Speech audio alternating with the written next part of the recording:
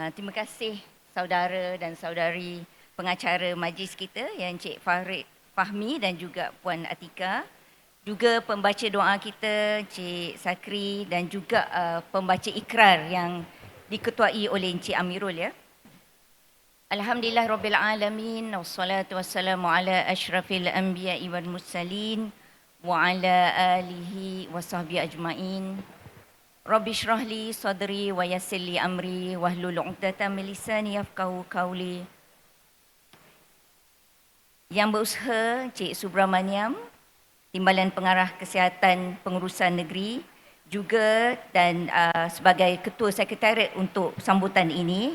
Seterusnya kepada semua barisan timbalan-timbalan pengarah kesihatan negeri, pengarah-pengarah hospital dan wakil-wakil, pegawai-pegawai kesihatan dan wakil, pegawai-pegawai kesihatan pergigian dan wakil, pegawai-pegawai kanan jabatan serta seluruh warga kerja Jabatan Kesihatan Wilayah Persatuan Kuala Lumpur dan Putrajaya yang saya kasihi dan hormati sekalian ya. Assalamualaikum warahmatullahi wabarakatuh. Salam sejahtera, salam Malaysia Madani, salam Malaysia sihat. Jadi alhamdulillah, mari kita bersama-sama memanjatkan kesyukuran kehadrat Allah Subhanahu Wa Taala kerana dengan limpah kurnianya kita dapat sama-sama berkumpul pada majlis yang bagi saya amat ceria ya, amat menggembirakan ya.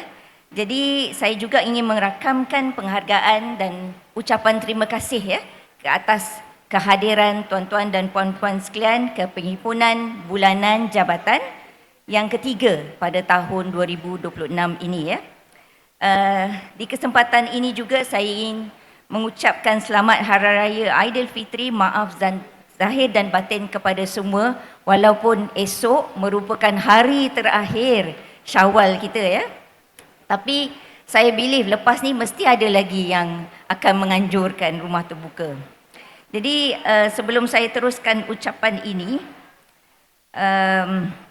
saya nak komen sikit lah ya tentang sambutan ni. Actually kita nak buat kecil-kecilan sahaja ya. Tetapi semasa mesyuarat tu diorang kata nak juga ada some sort of pertandingan ya supaya ia dapat menceriakan, mengimarahkan lagi majlis kita ini. Dan saya tak sangka it will turn out to be like this juga ya, seperti yang tahun-tahun sebelum ini. So syabas dan terima kasih kepada semua ya.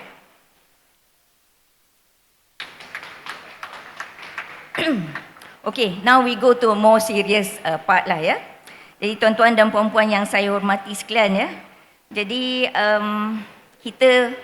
saya rasa semua sudah maklum lah ya. Kita tak boleh lari daripada mengatakan tentang impak krisis Asia Barat dan dasar penjimatan. Dan ini juga telah disebut di dalam mesyuarat khas KPK baru-baru ini ya.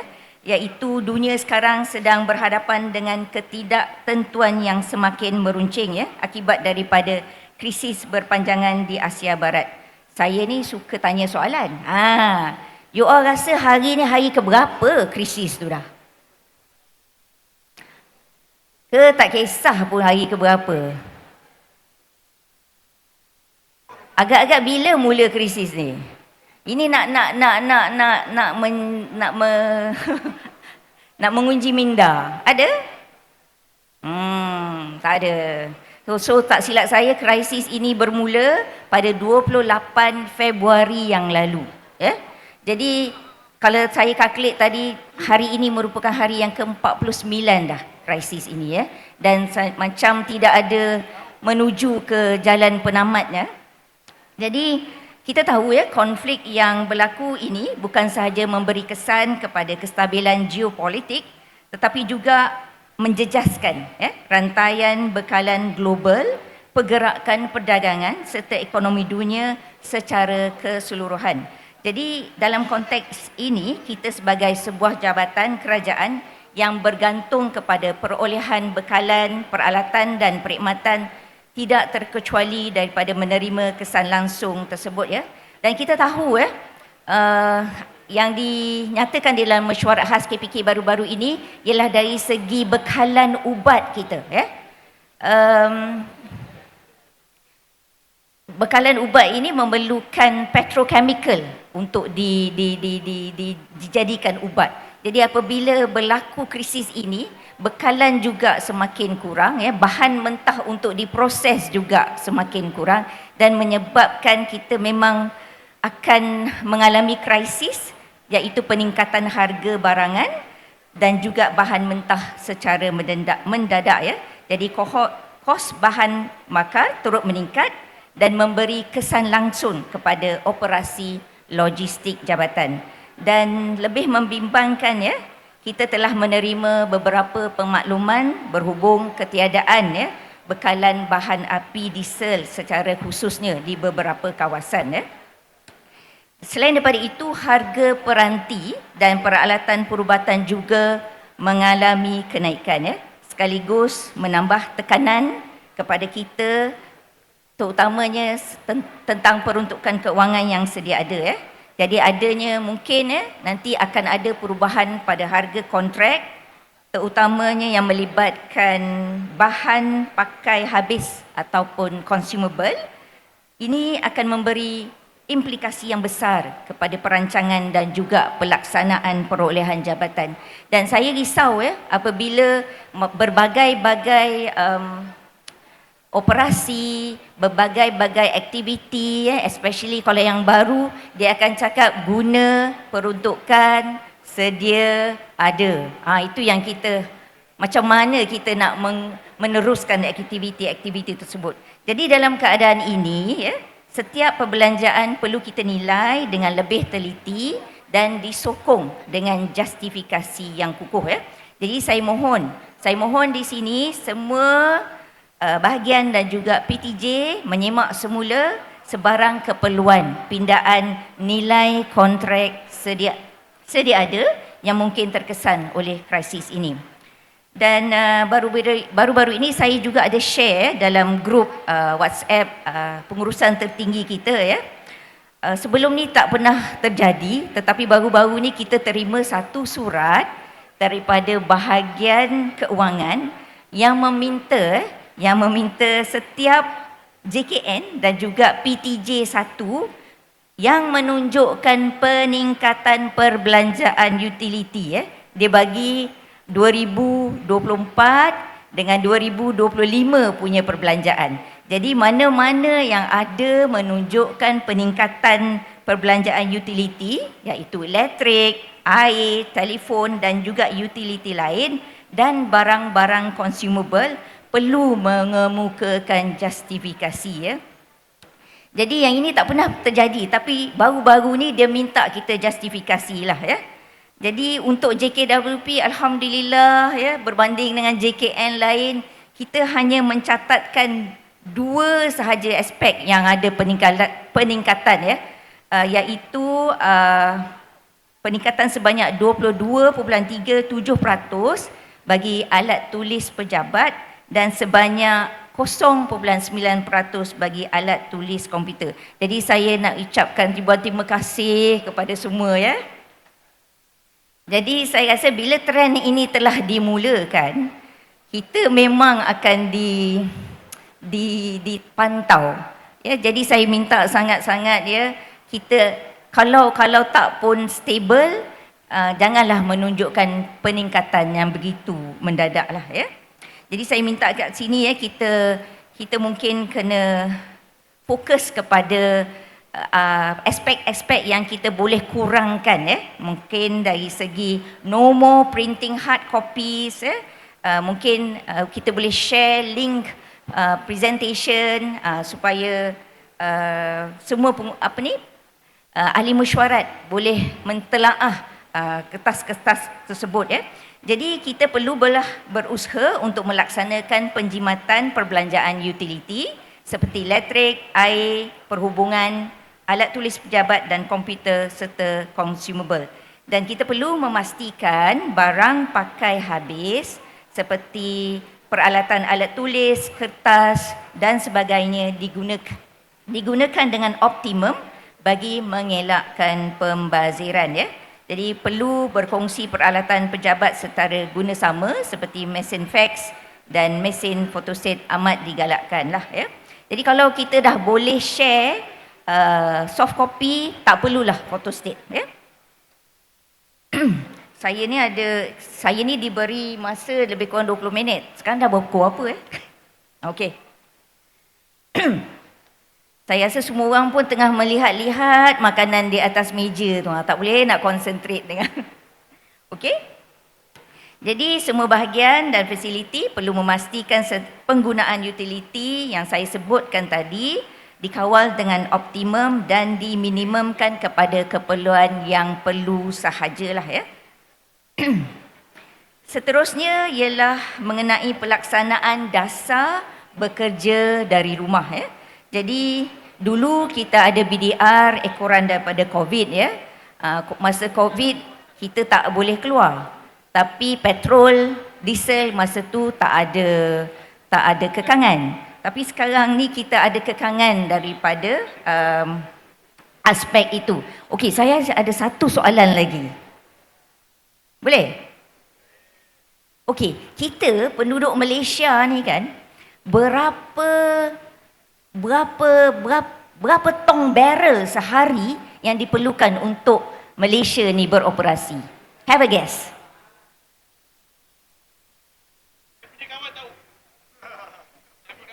Any guess berapa tong barrel minyak mentah yang rakyat Malaysia dan seluruhnya lah gunakan sehari? Any guess? Janganlah tengok ni tak aci lah. Have a guess. 1 juta? Okeylah semua dah mula tengok info dekat phone. Okey ya, Malaysia memerlukan lebih kurang 700,000 barrel minyak mentah sehari. Imagine 700,000. Imagine that. And kita, even though we are all producing country, tapi kita hanya mampu untuk mengeluarkan lebih kurang separuh sahaja daripada keperluan itu. The other half, kita masih perlu import. Dan kita punya main exporter kita siapa? The Middle East countries. Ya? Dan baru-baru ni, saya nak cerita je, saya suka dia bercerita kan. Masa ada sambutan hari raya in one of the MP punya sambutan, dia ada menyebutkan sekiranya krisis ini berterusan berlaku, ya, kita mungkin kena beli minyak daripada negara lain, ya. Kita mungkin, dia kata mungkin kena beli minyak daripada Japan. Agak-agak kenapa Japan? Do you think Japan is an oil producing country? Agak-agak kenapa? Nak suruh fikir sikit ni. Any guess? Okey, dekat-dekat Japan tu, mana country yang dekat dengan dia yang oil producing? Saya dengar dah tadi. Russia, ya, Russia. So dia dekat dengan Japan. So Japan memang ada membeli through Russia, ya. Dia memang ada agreement. We don't. We go with the Middle East, ya. Jadi now kita mungkinlah kalau krisis ni berterusan, kita mungkin ada negotiating nanti dengan Japan untuk membeli through Japan. And you can imagine kalau kita beli pula dengan orang tengah, so the cost will be more, ya. Jadi sekarang ni pun kita dah terkesan dengan okey, so RON 95 masih lagi 199. Saya pun tak tahu sampai bila. So diesel sekarang berapa? 6 ringgit, ya, 6 ringgit. Jadi kalau kita terpaksa beli daripada another orang tengah, kita pun tak tahulah macam mana nanti, ya. So seperti yang saya maklumkan tadi, krisis di Asia Barat kita berbalik kepada apa yang saya nak maklumkan tentang BDR lah ya. Pelaksanaan telah pun bermula pada 15 April yang lalu. Jadi perlu diingat ya, ia bukan satu keistimewaan yang boleh diberikan secara meluas tanpa pertimbangan yang sewajarnya ya. Jadi hanya anggota yang benar-benar layak dan mempunyai keperluan khusus yang boleh dipertimbangkan ya, tertakluk kepada pematuhan syarat yang ditetapkan ya. Jadi saya minta kalau perlu ada juga BDR ini, setiap bahagian, setiap PTJ hendaklah menyediakan ya jadual penggiliran yang teratur bagi memastikan perkhidmatan tidak terjejas ya. Jadi bagi anggota yang diluluskan BDR, yang penting ya output perlu jelas, kehadiran perlu direkodkan dalam sistem SpotMe dan pemantauan prestasi hendaklah dilaksanakan secara berterusan ya. Okey, seterusnya perkara mengenai pensijilan semula EXA peringkat Jabatan Kesihatan Wilayah Kuala Lumpur dan Putrajaya ya. Jadi semua sedia maklum, sijil kita akan tamat pada 30 Jun ya. Jadi kita tahu sijil ini bukan sekadar satu pengiktirafan tapi satu manifestasi kepada budaya kerja berkualiti yang kita amalkan ya setiap hari. Jadi pelbagai inisiatif telah dilaksanakan dan kita pun telah melantik champion EXA bagi setiap zon sebagai pemacu pelaksanaan di peringkat bahagian. Jadi latihan telah pun dimulakan ya kepada juru audit. Tak silap saya latihan di bawah BKKM ya. And then kita ada juga jawatan kuasa promosi di bawah dental. Dengan hebatnya ada hebahan siar raya dan e-poster mingguan sebagai peringatan. Dan seterusnya kita ada jawatan kuasa audit di bawah KA yang telah merancang audit silang bagi memastikan setiap bahagian benar-benar bersedia menghadapi audit pensijilan semula nanti. Dan saya dimaklumkan telah pun ada, actually we are now in the middle of audit silang ini. Jadi saya menyuruh semua bahagian mula menggerakkan aktiviti, menambah baik ruang kerja masing-masing secara berperingkat ya. Laksanakan penambahbaikan kecil tetapi konsisten, pastikan susu atur lebih kemas, label lebih jelas, dokumentasi sentiasa dikemas kini dan amalan kebersihan ya menjadi budaya. Jadi tolong terapkan amalan 5S dalam aktiviti kita di pejabat, iaitu sisih, susun, sapu, seragam dan sedia amal. Actually kan 5S ni kan patut juga kita lakukan di rumah ya. Kita ni kan semua sayang barang, yang ini ada nostalgianya, ada memorinya. Last dia berkumpul di situ selama many donkey years orang kata ya. Jadi 5S ni perlu juga kita amalkan di mana-mana sahaja. Jadi dalam memperkukuhkan pelaksanaan EXA, ada satu elemen yang penting iaitu amalan 3R ya, reduce, recycle and reuse sebagai sebahagian daripada budaya kerja kita. So saya rasa tak perlu saya nak bercakap tentang what is reduce ya. Tadi kita dah sebut tentang penggunaan kertas. Kalau boleh kita tak payah print, kalau perlu cetakan depan belakang ya. And then you reuse, gunakan semula file, folder, kotak dan lain-lain ya. Dan recycle ya. Sila wujudkan sudut kita semula di bahagian masing-masing ya. Jadi amalan 3R ini bukan sahaja menyokong EXA, malah memperkukuhkan imej kita sebagai organisasi yang prihatin terhadap kelestarian alam sekitar ya. EXA yang cemerlang bukan sahaja bersih dan tersusun tetapi juga berhemah, cekap dan lestari. Jadi insya-Allah ya, the next perhimpunan bulanan yang kita plan pada bulan Jun, masa tu adalah turn HPJ Dr. Su. Kita akan buat bersekali dengan sambutan Hari Bumi. Ya.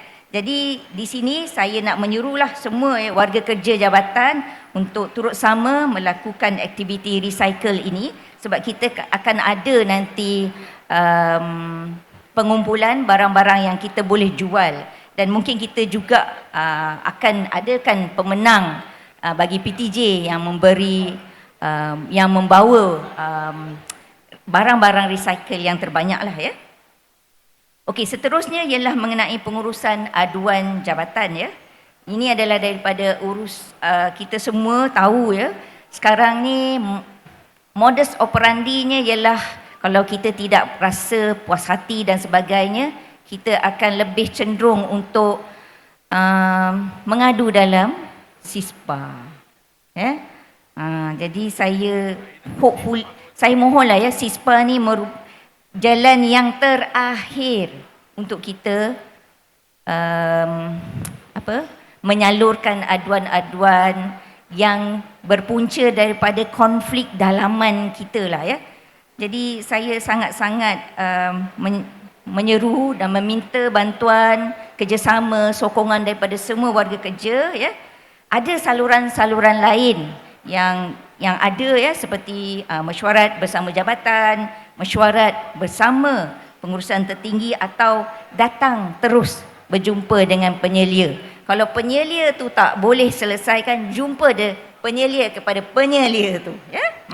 Jadi aduan yang tidak kita tangani dengan baik, kita tahu ya, boleh memberi kesan negatif kepada operasi, imej jabatan secara keseluruhan dan seterusnya ya, memberi impak kepada moral dan juga prestasi anggota ya. Jadi ini membawa kita kepada poin yang seterusnya, iaitu Hari Keselamatan dan Kesihatan Pekerjaan Sedunia ya. Untuk makluman, Hari Keselamatan dan Kesihatan Pekerjaan Sedunia disambut setiap tahun pada 28 April ya. Dan ini merupakan salah satu komitmen para majikan untuk meningkatkan kesedaran mengenai tahap keselamatan dan kesihatan di tempat kerja. Jadi kalau ikutkan ILO, International Labour Organization, tema dia ialah bagaimana keadaan kerja anda bersama memastikan persekitaran psikososial kerja yang sihat. Jadi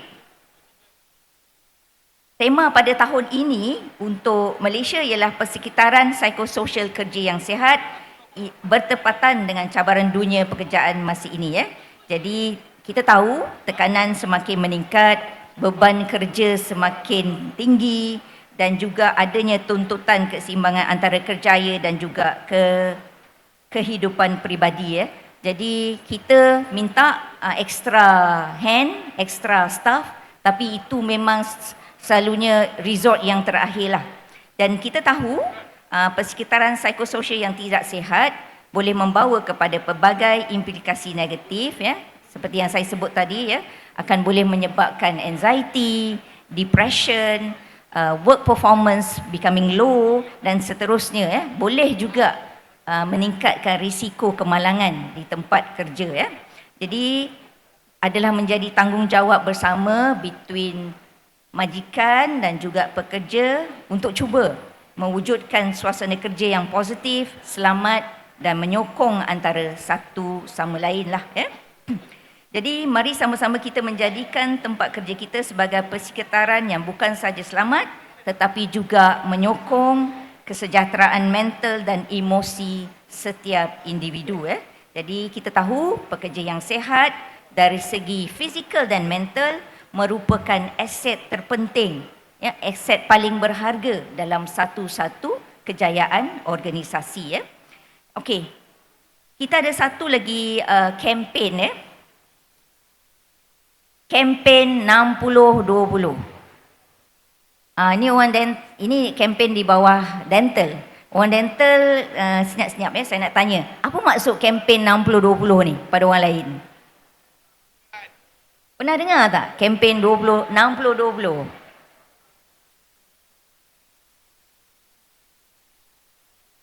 Yes. Ya. Kempen, untuk makluman semua, bulan April ini adalah bulan kempen 60-20. Ya. Kempen ini adalah anjuran program kesihatan pergigian melalui Pelan Strategik Kesihatan Pergigian Kebangsaan 2022 hingga 2030 yang mana dia mensasarkan supaya lebih daripada 50% penduduk yang berumur 60 tahun ke atas mempunyai sekurang-kurangnya 20 batang gigi. Itu yang dikata kempen 60-20 tu. Okay. Jadi kalau ikutkan kajian NHMS golongan dewasa, hanya 34% sahaja rakyat Malaysia, warga emas, mempunyai sekurang-kurangnya 20 batang gigi. Jadi dia nak naikkan prestasi itu kepada at least 50% menjelang tahun 2030. Dan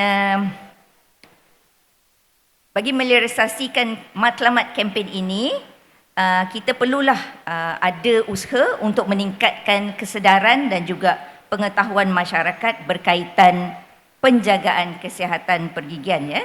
Jadi selaras dengan semangat Hospen Wow dan juga Penjawat Awam Sihat Sejahtera PISS yang menekankan kesejahteraan warga emas di semua fasiliti kesihatan, kesejahteraan warga kerja di semua fasiliti kesihatan.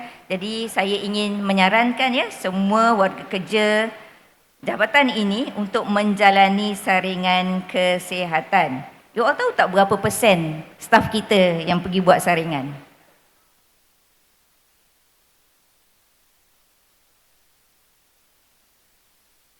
Okeylah, saya tanya, saya jawablah. Ada 30% saja. Itu yang saya nak kempen, saya nak promotekan dia punya kempen ingat hari jadi, ingat doktor gigi tu. At least setahun sekali we go and visit our dentist. Dapatkan saringan kesihatan pergigian lah ya. Okey, sebelum saya menutup ucapan ini, saya juga ingin mengambil kesempatan ini untuk merakamkan setinggi-tinggi penghargaan kepada Ketua Jurutera Jabatan iaitu Encik Muhammad Fahril yang akan bertukar keluar kerana kenaikan pangkat. Jadi syabas dan tahniah kepada beliau, dan juga Encik Khairul Azli yang akan bertukar ke bahagian perkhidmatan kejuruteraan KKM Walaupun Cik Fahril, mana Cik Fahril Walaupun Cik Fahril ni sekejap je dengan kita, 9 bulan. Tapi komitmen kedua-dua pegawai ini dalam pembangunan dan juga penyelenggaraan infrastruktur jabatan amat besar dan begitu signifikan Jadi kepakaran serta dedikasi yang telah ditunjukkan sepanjang tempoh perkhidmatan mereka merupakan satu rasa saya kehilangan besar kepada jabatan ini. Jadi saya mewakili semua warga kerja Jabatan Kesihatan Wilayah Sultan Kuala Lumpur dan Putrajaya ingin merakamkan ucapan terima kasih dan mendoakan agar mereka terus cemerlang di tempat baharu Jadi sebagai penutup, saya nak pesan ingat-ingatkanlah pesanan saya tadi mengenai penjimatan, mengenai BDR, keselamatan dan keseronokan di tempat kerja Jadi kita tak boleh terus bekerja dalam keadaan biasa ketika berhadapan dengan situasi yang luar biasa ini. Jadi sekali lagi saya berharap agar semua warga jabatan dapat memainkan peranan masing-masing dengan penuh tanggungjawab dalam memastikan perkhidmatan yang kita berikan adalah berada pada tahap yang terbaik Pantun ada, tapi pantun mood raya lah walaupun esok last day raya. Indah sungguh bunga melati, harum mewangi di waktu pagi. Aidilfitri dah nak habis pun mengikat kasih sesama insani. Pergi ke pekan membeli ketupat, singgah sebentar membeli lemang. Syawal diraih penuh berkat, silaturahim terus dikenang. Burung merpati terbang ke kota, hinggap sebentar di dahan jati. Hari raya penuh makna, maaf dipinta, ikhlas di hati. Sekian, wabillahi taufiq wal hidayah. Wassalamualaikum warahmatullahi wabarakatuh. Sekian, terima kasih.